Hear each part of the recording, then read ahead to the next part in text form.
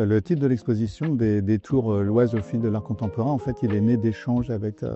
la direction de la culture du département de l'Oise, avec vraiment l'idée de porter un message qui était de ne pas rester uniquement sur les principales villes du département de l'Oise, mais vraiment de traverser l'Oise et de pouvoir faire des petits pas de côté pour pouvoir montrer de l'art contemporain dans des territoires où sa présence est très très peu développée. Et avec vraiment l'idée de se laisser porter par la découverte aussi de paysages et monuments et de nouveaux villages.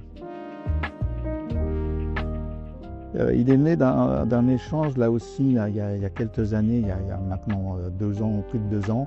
avec vraiment l'idée de valoriser le patrimoine contemporain, d'associer vraiment la notion de patrimoine à la notion de contemporain, de pouvoir associer à l'Oise, c'est très très connu, son patrimoine historique, patrimoine naturel, de pouvoir soulever, révéler en tout cas qu'il y avait un certain nombre d'artistes contemporains sur ce territoire, que ces artistes y vivent, y travaillent, comme parfois nos voisins, et qu'on les connaît assez peu. Donc de révéler ce patrimoine vivant et surtout de pouvoir partager avec les artistes leurs œuvres avec le plus grand nombre. Alors très tôt, la question de la scénographie, elle s'est posée vraiment avec acuité puisqu'on est sur un territoire où il n'y a pas forcément de lieu dédié à l'art contemporain, pas de musée d'art moderne, pas de musée d'art contemporain, donc on essaie vraiment de s'installer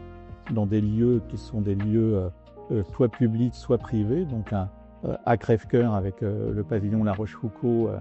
dans un pavillon 18e, dans un atelier d'artistes pour révéler ici de quel environnement quotidien d'un artiste. Et puis sur cette dernière étape, à l'Office de tourisme de Crépy-en-Valois pour pouvoir créer des rencontres aussi de public, de touristes, d'usagers qui vont découvrir de l'art contemporain là où ils ne l'attendaient pas fortement.